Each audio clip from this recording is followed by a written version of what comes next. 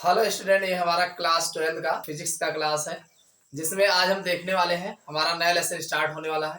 आज के नए लेसन हमारा जो नया लेसन है वो है प्रत्यावर्ती धारा। ये फिजिक्स का 7वां लेसन बनता है प्रत्यावर्ती धारा, जिसमें आज हम मोस्ट इंपॉर्टेंट टॉपिक के लेके आए हैं जो आपके एग्जाम में खूब नंबर लगा के पूछे गए हैं। हमारा आज का जो मोस्ट इंपॉर्टेंट टॉपिक है वो है, अगर शॉर्टकट में देखा जाए तो LCR परिपथ बोला जाता है। LCR परिपथ, देखो L और C और R, L के लिए जो है कुंडली के लिए प्रयोग किया जाता है और C के लिए संधारित्र कहा जाता है और R के लिए प्रतिरोध होता है। यानी ऐसा परिपथ हमारा हो जिसमें कुंडली, प्रतिरोध और संधारित्र तीनों जो है जोड़ करके बनाया गया हो तो उसे हम LCR परिपथ कहते हैं। आपके एग्जाम में खूब नंबर लगा के पूछा गया है, अक्सर ये बार बार जो है आया है, तो आज इसको हम कंप्लीट जो है इस वीडियो में जानने वाले हैं। तो चलिए शुरू करते हैं आज की क्लास। देखो मेरे प्यारे बच्चों, अगर हम बात करें LCR परिपथ की तो इसके बारे में जो लिखा गया है, लिखना कोई बड़ी बात नहीं है, आप आराम से लिख सकते हो। क्या लिखना है कि जब किसी वैद्युत परिपथ में संधारित्र, कुंडली तथा ओमीय प्रतिरोध श्रेणी क्रम में लगे हो, यानी कि हमारा एक ऐसा परिपथ होगा, सामने बना हुआ है परिपथ जिसमें संधारित्र, कुंडली तथा प्रतिरोध जो है तीनों एक दूसरे से जो है श्रेणी क्रम में जोड़ा गया है। आप देख रहे हैं पहले यहाँ VC जोड़ा गया है यानी संधारित्र है, और ये गोल गोल जो बनाया गया है ये कुंडली है, VL लिखा गया है, और ये आपका प्रतिरोध है जिसे VR से रिप्रेजेंट किया गया है। श्रेणी क्रम में लगे हो और परिपथ में प्रत्यावर्ती धारा प्रवाहित की जा रही हो, यानी इसमें I जो है प्रत्यावर्ती धारा जो है प्रवाहित की जा रही है। तो परिपथ में कुंडली के सिरों पर, यानी जो हमारा पूरा परिपथ तैयार हो रहा है, तो परिपथ में कुंडली के सिरों पर विभवांतर, यानी जो विभवांतर है भाई, तीनों में विभवांतर चलेगा तो विभवांतर धारा से 90 डिग्री कला में आगे होगा। परिपथ में कुंडली, ये जो कुंडली बनाया गया है, इस कुंडली पर विभवांतर जो होगा वो धारा से 90 डिग्री आगे होगा। लेकिन अगर ये देखा जाए संधारित्रों पर तो विभवांतर धारा से कला में 90 डिग्री पीछे होगा। तो जो संधारित्र लगाया गया ये संधारित्र है, तो संधारित्र पर अगर देखोगे तो जो विभवांतर होगा वो धारा से कला में 90 डिग्री पीछे होगा। देखो कुंडली में धारा जो विभवांतर होगा धारा से 90 डिग्री आगे चलेगा, लेकिन अगर यहाँ संधारित्र की बात करोगे तो विभवांतर जो होगा वो धारा से 90 डिग्री पीछे चलेगा। इतनी बात समझ में आई। फिर आगे कह रहा है, और ओमीय प्रतिरोध के सिरों पर, ये ओमीय प्रतिरोध R, ओमीय प्रतिरोध कौन है? R। इसमें आपको तीनों के नाम याद होने, तो R सिरों पर विभवांतर तथा धारा दोनों समान कला में होंगे। यहाँ पर विभवांतर और धारा दोनों एक साथ होंगे, समान कला में होंगे। इतनी बात समझ में आएगी नहीं कि जब किसी वैद्युत परिपथ में संधारित्र, कुंडली और प्रतिरोध तीनों को एक साथ जो है श्रेणी क्रम में जोड़ा गया। कैसा जोड़ा गया है? श्रेणी क्रम में जोड़ा गया हो और इसमें जो है प्रत्यावर्ती धारा जो है प्रवाहित की जाए, यानी श्रेणी क्रम में जोड़ करके प्रत्यावर्ती धारा प्रवाहित करते हैं। तो इसमें होता है परिपथ के सिरों में, यानी जो पूरा परिपथ है इसके सिरों में विभवांतर जो होगा, इसमें ये विभवांतर धारा से 90 डिग्री आगे चलेगा, जबकि जो हमारा संधारित्र होगा इस पर जो विभवांतर होगा धारा से 90 डिग्री पीछे चलेगा। लेकिन अगर हम प्रतिरोध की बात करें तो यहाँ पर धारा और विभवांतर दोनों समान कला में होंगे, यही लिखा है। और देखो आपको पता है I बराबर जो होता है ये आपको याद होना चाहिए, नहीं तो कर नहीं पाओ। I बराबर I0 साइन ओमेगा t। भाई I जो धारा है, धारा का जो समीकरण बनता है I बराबर I0 साइन ओमेगा t, इसको याद कर लेना। अब हम बात करेंगे VC। भाई संधारित्र पहले लिखे V0 sine omega t minus π/2 होगा। भाई 90 डिग्री पीछे चलेगा तो यहाँ माइनस π/2 लिखा जाएगा। कौन? VC। इसी तरीके से अगर हम VL की बात करें भाई कुंडली की, तो V0 sine omega t plus π/2 होगा। इतनी बात समझ में आई? भाई ये आगे चलेगा 90 डिग्री तो ना आगे चलेगा प्लस π/2 और पीछे चलेगा तो माइनस π/2। ठीक। और VR की अगर आप बात करोगे तो दोनों बराबर ही चल रहा है, तो VR बराबर V0 साइन ओमेगा t। इतनी बात समझ में आएगी नहीं? भाई धारा का जो फार्मूला होगा I बराबर I0 साइन ओमेगा t, तो ऐसे BC संधारित्र का है तो V0 साइन ओमेगा t पीछे चलेगा 90 डिग्री तो माइनस π/2, और कुंडली की बात करोगे BL बराबर V0 sine omega t plus और ये आगे चलेगा तो पाई/2 हो जाएगा। और अगर आप प्रतिरोध की बात करेंगे तो बी आर बराबर B zero sine omega T, क्योंकि ये बराबर रहेगा। ठीक, अब पहली कंडीशन यहाँ पर ध्यान समझिएगा, ये कहा गया ये जो हमारा कुंडली है ये अधिक हो संधारित्र, इसमें जो हमारी कुंडली है इसको ज्यादा माना गया, बड़ा माना गया संधारित्र से।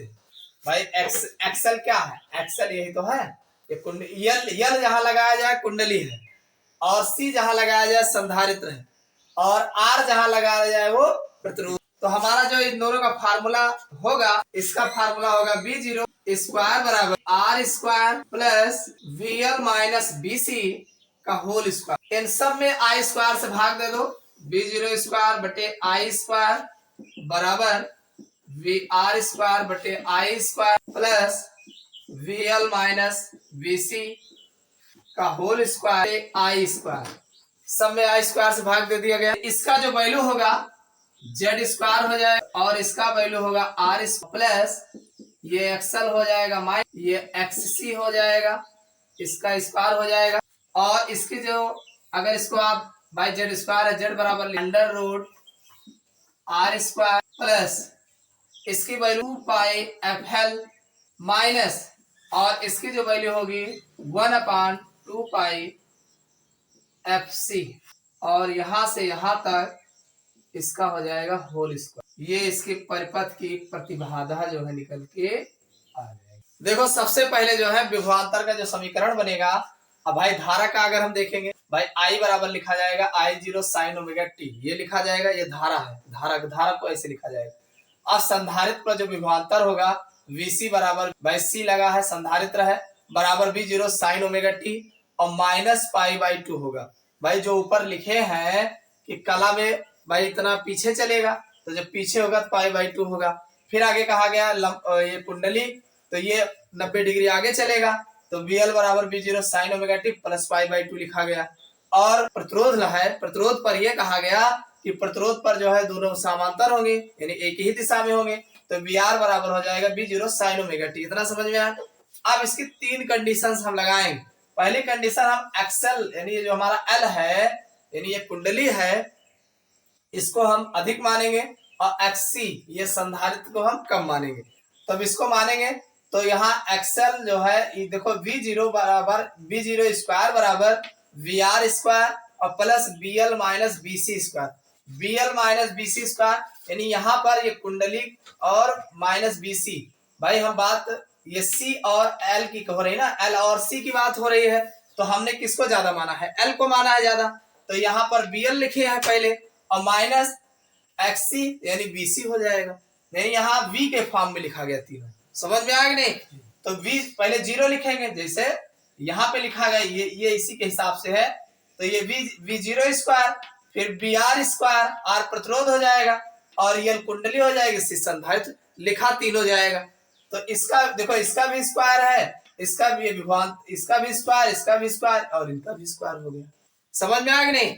तो जब इसका लिखोगे, अब इस धारा से हमने भाग दे दिया, तो जब धारा में भाग दोगे सब में, क्योंकि ऊपर भी स्क्वायर था, तो जब इतने से भाग दे दोगे तो इनकी जो वैल्यू होती है जेड स्क्वायर होती है। प्रतिबाधा जेड जो होता है, इन दोनों की वैल्यू जेड स्क्वायर होती है, और V R square upon I square की वैल्यू आर स्क्वायर होता है, और V L minus B C, V L लिखा है ना, वी एल अपान आई, और इसका भी स्क्वायर है, इसका भी स्क्वायर, तो बी एल अपान आई यानी B L square upon I square की वैल्यू एक्सएल होता है।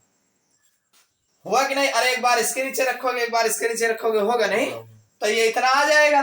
तो अब हम प्रतिबाधा हमें जेड निकालना है, तो जेड बराबर ये स्क्वायर है, तो स्क्वायर हटाओगे अंडर रूट नहीं लग जाएगा पूरे में, तो जेड बराबर under root R square plus, और इसकी जो वैल्यू होती है ये यहां से रखेंगे, तो ये 2 पाई एफ एल हो जाएगा।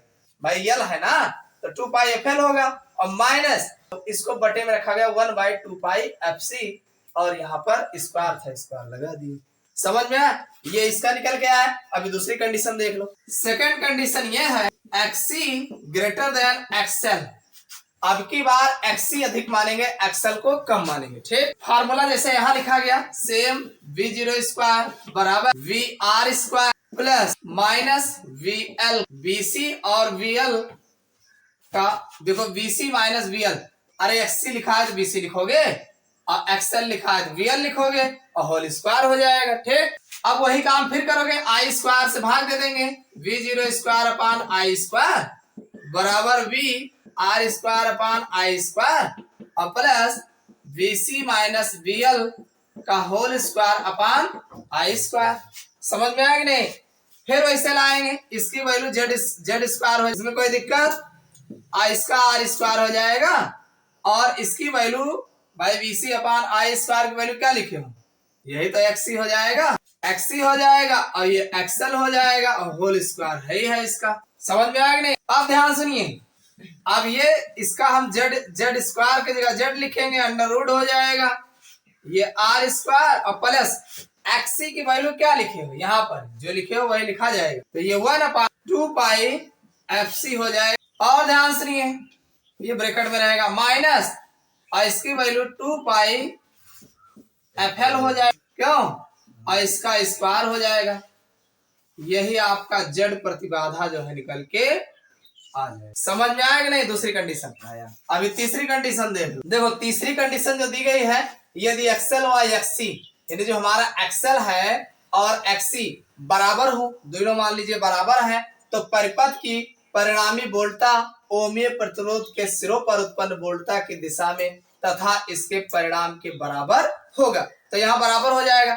अब तीसरा यह है कि LCR परिपथ में परिणामी वोल्टता तथा धारा के मान में कलांतर, यानी कितना कलांतर आता है, ये इसको भी आपको बताना। भाई कलांतर जो लिखा जाता है tan five VL minus VC अपान BR बनेगा, भाई BL माइनस BC अपान BR। अब इसको अगर लिखोगे भाई, इसमें I जो है अलग कर लेंगे और ये हो जाएगा XL माइनस XC अपान IR हो जाएगा। अरे B हटाओगे, B बराबर IR होता है ना, अरे B बराबर क्या होता है, IR होता है, तो जहां B लगा है वहां I नहीं लगाओगे तो दोनों में I होगा, तो I किनारे हो जाएगा और L को XL लिखा गया, यहाँ XC लिखा गया और यहाँ I से I कट जाए, तो हमारा tan फाई बराबर आ जाएगा, tan फाई बराबर XL माइनस XC अपान R आ जाएगा। अगर हम फाई बराबर निकालेंगे तो tan इनवर्स और फिर XL माइनस XC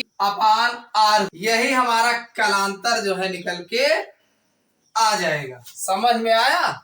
नहीं समझ में आया? चलो एक बार फिर से बता देते हैं। इसमें हमने आपको LCR परिपथ में जो है जो बताया है, इसमें कोई जो हमने लिखा है उसी पे है। क्या है कि जब किसी वैद्युत परिपथ में संधारित्र कुंडली तथा ओमीय प्रतिरोध श्रेणी क्रम में लगे हो। देखो हमारा लेसन जो चल रहा है वो है प्रत्यावर्ती धारा, यानी प्रत्यावर्ती का मतलब होता है हमेशा जिसमें परिवर्तन किया जाए उसी को प्रत्यावर्ती कहा जाए। जैसे धारा में भी परिवर्तन हो, वोल्टता में भी परिवर्तन हो, कुंडली में भी परिवर्तन बार बार किया जाए, ठीक है, तो इसीलिए इसका नाम प्रत्यावर्ती कहा गया। तो यहाँ पर कहा गया कि जब किसी वैद्युत परिपथ में संधारित्र कुंडली तथा ओमीय प्रतिरोध श्रेणी क्रम में लगे हो, ये तीनों जो है वो श्रेणी क्रम में लगे हो, तो परिपथ में प्रत्यावर्ती धारा प्रवाहित की जाए, यानी परिपथ में जो धारा प्रवाहित करेंगे वो प्रत्यावर्ती धारा होता है कि धारा लगातार ना परिवर्तित करें, थोड़ा अदला बदली हमेशा किया जाए, तो इसे प्रत्यावर्ती धारा कहते हैं। तो परिपथ में कुंडली के सिरों पर विभवांतर, यानी जब हम प्रत्यावर्ती धारा परिवर्तित करेंगे तो जो कुंडली है, कुंडली कहाँ लगी, बीच में लगी है, तो कुंडली के सिरों पर जो विभवांतर होगा वो धारा से 90 डिग्री कला में आगे चलेगा, धारा से 90 डिग्री कला में आगे चलेगा। और आगे कहा गया जबकि संधारित्र के सिरों पर ये जो संधारित्र लगा है, यहां पर अगर देखा जाए तो विभवांतर जो होगा धारा से कला में 90 डिग्री पीछे चलेगा। यही ध्यान देने वाली बात है, LCR परिपथ में यही ध्यान देने वाली बात है, 90 डिग्री पीछे चलेगा। और ओमीय प्रतिरोध के सिरों पर विभवांतर तथा धारा दोनों समान कला में होंगे, यानी जो VR है यहाँ पर धारा और जो विभवांतर होगा दोनों समान कला में होंगे। इतना क्लियर हो गया। अब इसका अगर डायग्राम भाई ये बनेगा और उसके बाद इसका जो फार्मूला होता है, देखो अभी अब प्रत्यावर्ती धारा है तो यहाँ पर I न लिख करके यहाँ ऐसे लिखा जाता है, I बराबर I0 sin ओमेगा t लिखा जाएगा। इसका जो समीकरण बनता है धारा का, तो I बराबर I0 sin ओमेगा t, ये सही है। अब ये धारा हो गया। अब BC ये संधारित्र को कहा गया, तो BC बराबर V0 sin ओमेगा t अब कह रहा है कि 90 डिग्री पीछे चलेगा संधारित्र पर, तो π/2 लिख दिया गया। और इसी तरीके से कुंडली पर जो कहा गया 90 डिग्री आगे चलेगा, तो VL बराबर V0 sin omega t plus π/2। अगर आगे पीछे वाली बात ना होती, अगर कहा जाता समान होता, तो जैसे BR बराबर V0 sin ओमेगा t लिखा गया, धारा बराबर I बराबर I0 sin ओमेगा t लिखा गया, ऐसे इनको भी लिखा जाता। लेकिन ऐसा होता है कि जो हमारा ये कुंडली होता है, कुंडली में वो 90 डिग्री आगे चलता है और संधारित्र में वो 90 डिग्री पीछे होता है, तो इसीलिए जो है इस तरीके से लिखा जाता है। ठीक, अब पहली कंडीशन ये कहा गया कि मान लीजिए कुंडली जो है हमारा बड़ा हो। भाई कुंडली के लिए अगर हम ज्यादा मान लें और तो संधारित्र को छोटा मान लिया जाए, तो देखो V0 स्क्वायर बराबर, देखो ये समीकरण है, तो समीकरण में पहले वैसे लिखेंगे V0 स्क्वायर बराबर BR स्क्वायर, और ये विभवांतर की बात कर रहे हैं, केवल विभवांतर। ठीक, और प्लस अब यहाँ पर हमने इसको बड़ा माना है तो पहले लिखेंगे, और माइनस इसको छोटा माना है तो इसको बाद में लिखेंगे। जैसे इनका स्क्वायर ऐसे इनका भी स्क्वायर लिखेंगे। समझ में आई बात? अब हम I स्क्वायर से, चूंकि धारा तो सब में प्रवाहित हो रही ना, तो धारा से हम भाग दे देंगे, तो इन सब में जो है I स्क्वायर लगा दी। अब जब V0 अपान I का मान होता है Z, क्या होता है? प्रतिबाधा जो Z है V0 अपान I का मान होता है। अब चूंकि स्क्वायर लगा दिए, और VR स्क्वायर यानी VR अपान I का मान होता है R स्क्वायर, प्रतिरोध है, लेकिन अब स्क्वायर लगाए तो स्क्वायर लगा दिए, और प्लस BL अपान I की वैल्यू अगर देखा जाए तो XL होता है, और VC अपान I की वैल्यू होता है XC। तो अब चूंकि स्क्वायर था हमने स्क्वायर लगा दिया। समझ में आई बात? अब क्या करना है, अब Z को हम निकाल लेंगे, तो Z निकालने के लिए भाई Z बराबर लिखेंगे तो स्क्वायर अंडर रूट बना देगा, R को R स्क्वायर, और XL की वैल्यू जो होती है, इसको ध्यान रखना, XL की जो वैल्यू होती है 2πfl होता है। क्या होता है? इसका याद करना पड़ेगा कि XL की वैल्यू 2πfl होता है, और XC की वैल्यू ये माइनस लगाएंगे, और 1/2πfc होता है, और होल स्क्वायर लगा तो यहाँ से तक होल स्क्वायर लगा देंगे। ये हमारा प्रतिबाधा जो Z बराबर निकल के आ जाएगा। पहली कंडीशन हुई XL जब अधिक हो XC से। दूसरी कंडीशन लिया गया कि XC मान लीजिए ज्यादा हो XL से, यानी इसको पलट के दिखाएंगे। तो जब पलट के दिखाएंगे तो V0 बस सेम वैसे लिखना है जैसे यहाँ लिखे हो, V0 स्क्वायर बराबर BR स्क्वायर प्लस पहले BC लिखेंगे, BC माइनस BL का होल स्क्वायर, और उसके बाद फिर I से भाग दे देंगे, I से भाग दे दिए, फिर Z स्क्वायर, ये इसका वैल्यू इतना होता है, इसका वैल्यू इतना होता है, ये XC हो जाएगा माइनस XL का होल स्क्वायर हो जाएगा। फिर जो है Z बराबर निकालेंगे, तो XC की वैल्यू देखो यहाँ क्या लिखे हो, XC की वैल्यू इतना लिखे हो ना, तो इतना लिख देंगे, और माइनस इसकी XL की वैल्यू इतना लिख देंगे, तो ये हमारा Z की वैल्यू मिल जाएगा। ठीक, तीसरी कंडीशन ये है कि यदि XL व XC बराबर हो और दोनों बराबर हो, तो दोनों बराबर होगा तो परिपथ की परिणामी वोल्टता तथा परिणामी प्रतिरोध, यानी जो वोल्टता और प्रतिरोध है के सिरों पर उत्पन्न वोल्टता की दिशा में तथा इसके परिणाम के बराबर होगा, यानी जो दिशा होगी दोनों बराबर होगा। तो यहाँ पर कोई फार्मूला निकल के नहीं है। अब ध्यान सुनिए, LCR परिपथ में परिणामी वोल्टता तथा धारा के मान में कलांतर, यानी कितना कलांतर आएगा, तो कलांतर निकालने के लिए tan phi बराबर BL माइनस BC बटे BR भाई R पर जो है बराबर होगा, तो इससे भाग दे देंगे, और BL में 90 डिग्री आगे चल रहा है और BC में 90 डिग्री पीछे चल रहा है, तो BL माइनस BC अपान R। आप जानते हैं जो विभवांतर है B बराबर IR होता है, तो I लिख देंगे, और R भाई कुंडली लगी है यहाँ संधारित्र, तो इसको ब्रैकेट में लिख दिए, तो यहाँ I हो जाएगा, अरे यहाँ ऐसे आ जाए B बराबर IR होता है ना, अरे B बराबर IR माना जाता है, तो यहाँ पर इसकी जगह पे अगर लिखोगे तो I XL हो जाएगा माइनस I XC हो जाएगा बटे I R हो जाएगा। तो अब इनमें I कॉमन हो जाएगा, तो XL माइनस XC बटे भाई XL होगा, ये XC होगा, और बटे IR होगा, तो ये कट गया, वही तो लिखे हैं यहाँ पे, ये कट जाएगा। अब कटने के बाद tan phi बराबर इतना आ जाएगा, और जब इतना आ जाएगा tan phi बराबर हमें निकालना क्या है, phi निकालना, tan phi नहीं निकालना, हमें केवल tan phi बराबर इतना मिल गया, तो phi एक कलांतर है, phi का मान जो है इसे कलांतर बोलते हैं। तो अब इसको उठा के जब इधर लाओगे तो tan इनवर्स लिखा जाएगा, क्या लिखा जाएगा, tan inverse XL minus XC अपान R।